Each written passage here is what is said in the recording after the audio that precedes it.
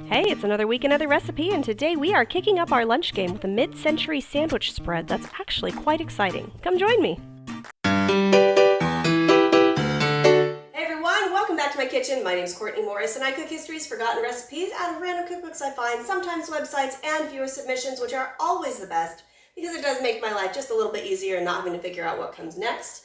And I love hearing from you guys. If you're new here, I hope you enjoy this video. I hope you join the community. And if you're coming back for more, thank you for your support ongoingly. And I hope you enjoy this too. Let's get on with it.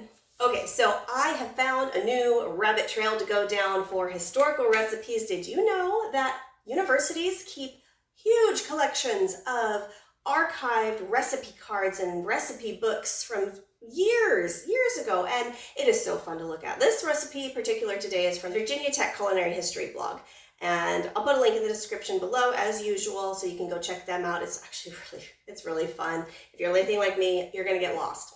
We're going to be making a deviled cheese sandwich spread, which I believe is from either the late 1940s or the early 1950s. It could not find a set date on it, but based off the recipes around it and how old the pages looked, and for what it is, it screams 1950s dinner party hors d'oeuvre. The reason we're trying this out is I'm not interested in a dinner party at all. I just am interested in a more interesting lunch, really. I just want something else to eat other than a turkey sandwich or a peanut butter sandwich or, egg salad sandwich. So we're gonna try this. Also, we need to go grocery shopping, which means I'm kind of at the point where I'm kind of pulling literally something out of nothing out of my fridge and trying to make it work. So, okay, so this is a pretty simple recipe. It's cream cheese, onion, green pepper, hard-boiled eggs, salt, paprika, and mayo.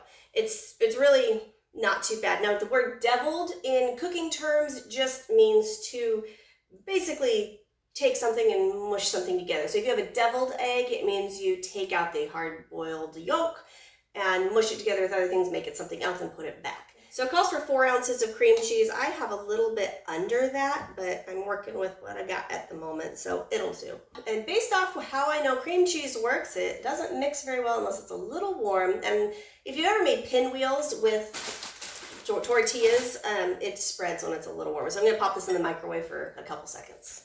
Okay, that was about 10 seconds. Now see, it mushes really nicely, but it's not soupy. So that looks nice. I'm gonna put this over here real quick. So 1/3 of a small onion, and this, I think this is a medium onion, but I don't have a small onion, so I always end up having a problem judging when they say large, medium, small, because I feel like it's so arbitrary, because sometimes I've had onions that are like ping pong ball size, and then sometimes I end up with my smallest being this size, so we'll just make our best guess. And this gives no instruction. It just gives ingredients, which, I mean, it's kind of self-explanatory. If you're making a spread, you put it all in the thing. So I suppose it just depends on how big of chunks you like in your sandwiches or in your cheese spreads. I don't particularly like really large chunks or really big crunchy things, but I know it can give some good texture. So I'm just gonna dice it. Fairly small onion. Oh. If anybody has a trick for not burning your eyeballs, I'd appreciate it. Okay, I'm just gonna pop that in there. Okay, then it says 1/8 of a cup of green pepper, which I actually think that's all I've got left. So maybe, and I'm just gonna make these as small as I can too. I'm not sure what I'm gonna think about this, because I do love a good cream cheese spread. I do really love pinwheels. They are one of my favorite snacks ever. But I'm not sure how I'm gonna like this with the veggies in it. Oh, that worked really well. This is a 1/4 cup, so that's about 1/8. I feel like now looking at that in there, I feel like that's too big. I'm gonna mince green pepper. It doesn't give me any directions, so I figure I can do what I want. Okay, now I need a chopped hard-boiled egg.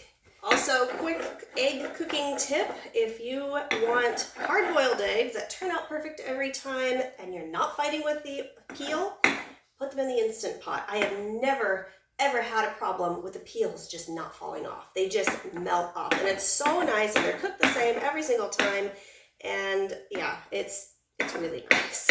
So I'm not necessarily going to mince this because I don't necessarily need an egg paste. I'm not sure how I'm feeling about this, but I've got to remind myself that I don't hate everything that's in here. Like, I like everything that's in here.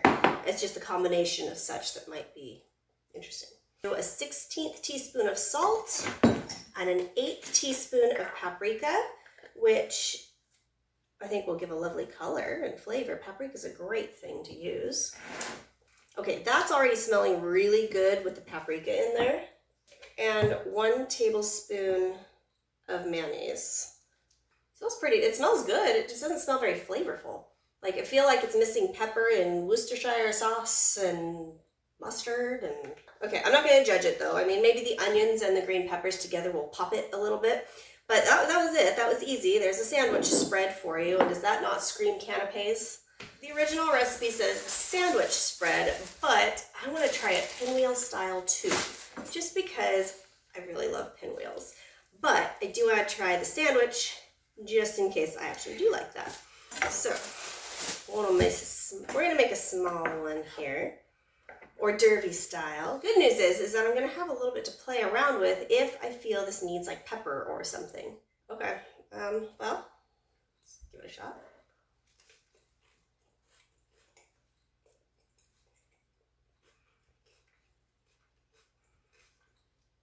That's delicious. That's actually really good. Minus, I cut my onions too big. I don't like the fact that I can chomp down on the onion a little much, but the flavor's fine. Pair that with a tomato and lettuce on there. You know what? That's actually kind of exciting. It's something different, and I think that's why it's exciting, is it's something different and new to me. Granted, it's an old new recipe, so I'm going to try, I don't have half ones in here. I'm going to try making half a pinwheel, even though my onions are a little big. It looks awful. Like, it really doesn't look appetizing at all. But trust me, this tastes better than it looks. Let's see how this does in pinwheel form. I like that better. Both are good. Highly recommended in pinwheel form.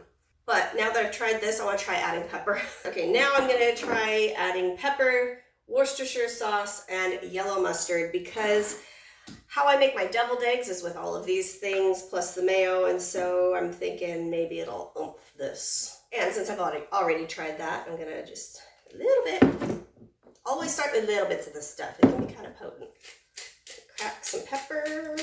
I'm gonna add just maybe. I do not like these ones with lids like this. That is just annoying. Okay, we're gonna make another little batch of pinwheels. I'm just making this a pinwheel recipe instead of a sandwich recipe. I could totally do sandwich, but I'm liking the tortillas.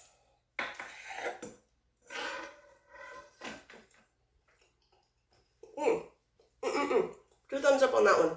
Much better. Where the original one is good, this particularly gives a nice kick. It is a really nice kick. The mustard is good. It's more of an acid. It's got that vinegar in it, and anytime you add an acid to a savory food, the flavors will pop. But really, the Worcestershire it enhances the flavor. So if you make this, I highly recommend it in pinwheel form with a little bit of Worcester, if anything. Do we have a win today? Yes, we do. I'm so excited about this. I love it when these random ones pop up and I can take crap from my fridge, that like my almost expired green pepper and almost used up cream cheese, and make it into something exciting and delicious before I go grocery shopping tomorrow. Highly recommend this. I will leave the link to the recipe in the description below as always. If you are still here, thank you so much for joining me. This is a very quick recipe, but you know what? I hope this makes for a little quick hors d'oeuvre for you, or in my case, a quick lunch for you, or even, you know, something easy to pack to the park or something like that.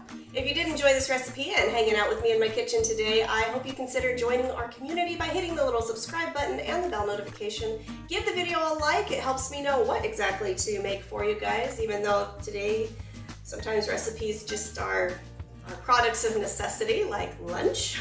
But I'm glad to bring you along on my lunch journey today, and any of my other culinary experiments Please feel free to leave me a comment. I love talking with you guys, and if you have any recipes you want to send me, go ahead and send them to this email address down here, or just send me an idea in the comment and I'll look up a recipe for you under that name. If you would like to continue hanging out with me this afternoon, go ahead and click this link right here. This video was a fantastic one. I hope you enjoyed that one too. Have a great week. I will see you next time for a new historical recipe that hopefully turns out just as delicious. I'll see you next time.